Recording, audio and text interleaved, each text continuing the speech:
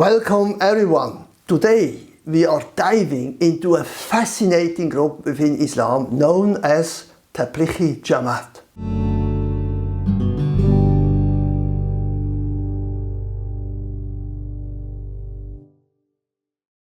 You might have heard about them, but what exactly do they do and why are they so influential? If you are curious, stick around because we will unpack it. I explore this topic in detail in my book Ask Your Muslim Friend, especially in section 1.6.4. But let's break it down here first. So what does Tablighi Jamaat mean? Simply put, it translates to proselytizing group.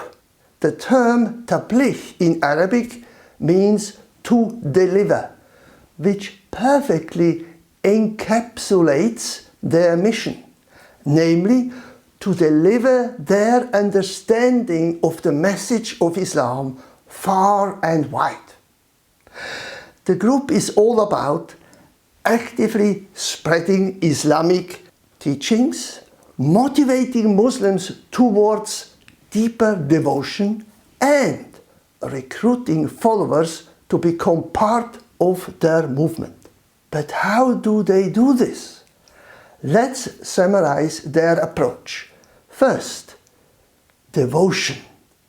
Members dedicate their lives, time and money to the cause of Islam. Secondly, outreach. They visit Muslims in their homes and mosques, encouraging them to strengthen their faith. Thirdly, education. They train others using their own materials, aiming to create better, more devout Muslims. And fourthly, recruitment. The ultimate goal is to win more followers to the Tablighi way of life. What is the origin of this group? You can think of a Tablighi Jamaat as a faith and practice movement, somewhat similar to Sufism in its structure.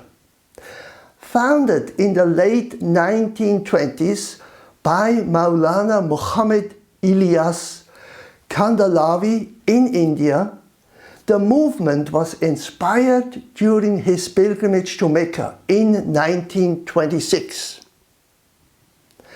He coined the phrase, "O Muslims, be Muslims."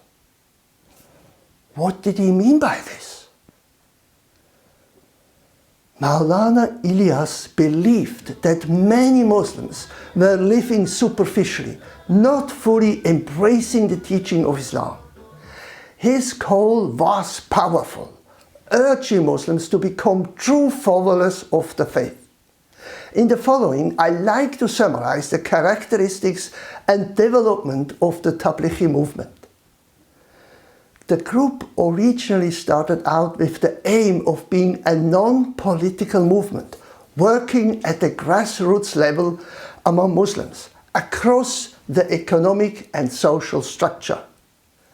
Yet, with increasing and alarming frequency, the name Tablighi Jamaat is cropping up in the worldwide fight against terrorism, which means that though originally the work should simply be spiritual, nevertheless, with time the movement got involved in political activities.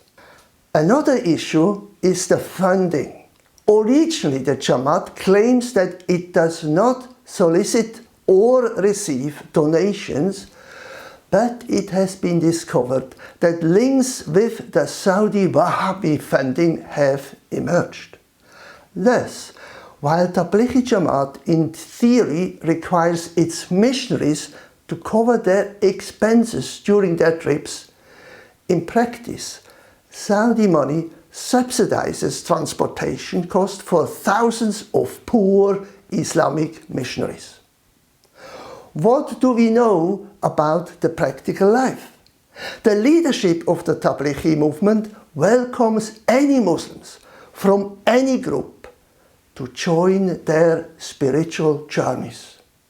There is no membership and no background check for newcomers. The background is not important, but the future. The new members are obliged to commit their lives fully to the movement's vision, teaching and cause.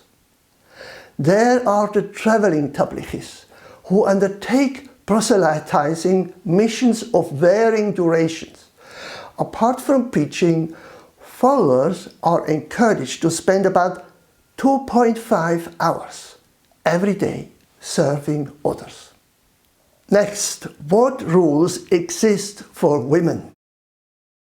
In the Tabligh movement, women are asked to stay outside of the mosque, though this has changed in modern time. Women are encouraged to stay at home and engage in proselytizing activities by speaking to other women in their homes and immediate neighborhood. Women should be acquainted to the Tabligh teaching and practice and are obliged to convey this to their children. Women are only allowed to engage in outside Tabligh activities while accompanied by the husbands or male relatives. Women are obliged to observe the hijab rules by covering their faces and hands. Tabligh women do not take any leadership position within the movement, though their opinions are taken into due consideration. One key aspect of the Tablighi Jamaat are the 6 attributes that they emphasize, also called the 6 most important principles. They are, first, the kalima, affirming the oneness of Allah and the prophethood of Muhammad. Secondly, the salah, performing the 5 daily prayers with total dedication. Thirdly, ilm with zikr, which means gaining knowledge, especially by listening to the preaching of the founder or their leaders and constantly remembering Allah. Fourth point, ikram al-Muslim, which means honoring and treating fellow Muslims with great respect.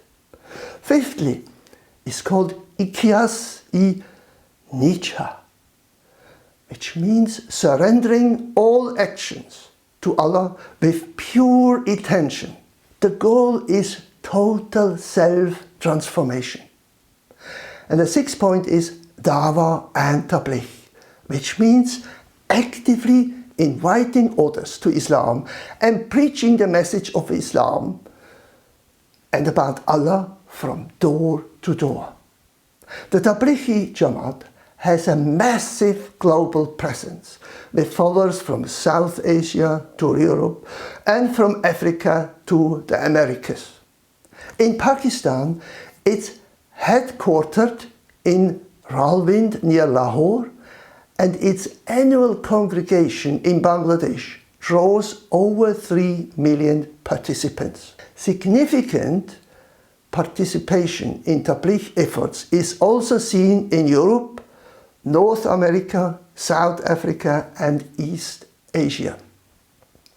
Tablighi Jamaat has a huge social impact. The current European headquarters is based near Dewsbury in England. Now, I'd love to hear from you. Have you had any experiences with the Tablighi Jamaat? If you're a Muslim, do you see this group as a cult or as part of mainstream Islam? How do you perceive their influence in your community? Drop your thoughts and experiences in the comments below. Let's get a conversation going. As for my personal experiences with the Tablighi Jamaat members, I have discovered that they are incredibly devoted, but sometimes their teachings can come off as rather simplistic. I've also heard concerns about their approach to hospitality when visiting mosques.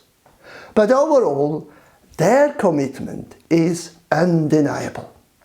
If you find this discussion insightful, don't forget to hit that like button and subscribe for more content. If you have any questions, drop them in the comments. I'd love to hear from you. For a deeper dive, check out my book, available free on our website. Until next time, take care and God bless.